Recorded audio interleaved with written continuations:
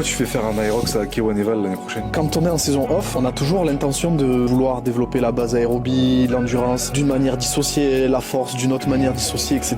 Et souvent, ce qui est difficile, très difficile à garder pendant une saison off, et c'est très long, c'est la motivation. Et le fait de s'inscrire à un Aerox et s'inscrire à une course, t'as un objectif de temps. Tu te dis, je veux faire 1 heure, je veux faire 1h05, je veux faire 1h10. Du coup, t'as un objectif d'allure sur le run, t'as un objectif d'allure sur le row, etc. Je pense pas que des mecs comme eux, trop compétiteurs, ils vont se cramer parce qu'ils vont se rajouter un objectif compétitif, même dans une période de l'année qui n'est pas normalement compétitive? Non, parce que ça reste une activité complètement différente, dans le sens où, oui, un Aerox c'est du crossfit, mais c'est quand même des mouvements différents, c'est que du concentrique pur quasiment, et en termes de fatigue sur le système locomoteur, c'est quand même pas la même chose que faire plein de metcon ou faire plein de compètes de crossfit. Ça change quoi que ce soit que du concentrique? La contrainte sur le système musculo-squelettique, elle est beaucoup plus réduite. T'as beaucoup moins de chances d'avoir des courbatures après beaucoup de sled push que après plein de thrusters à 60. C'est l'excentrique qui te donne des courbatures. Principalement. Ce qui donne le plus de contraintes au système locomoteur, c'est pliométrie et excentrique rapide. Et là, il y a beaucoup de plio, non, avec la course? C'est de la plio basse, et si t'es bien préparé, ça. Donc on voit Van et Kewan en duo. En duo, en indiv, on va voir. Ah ouais?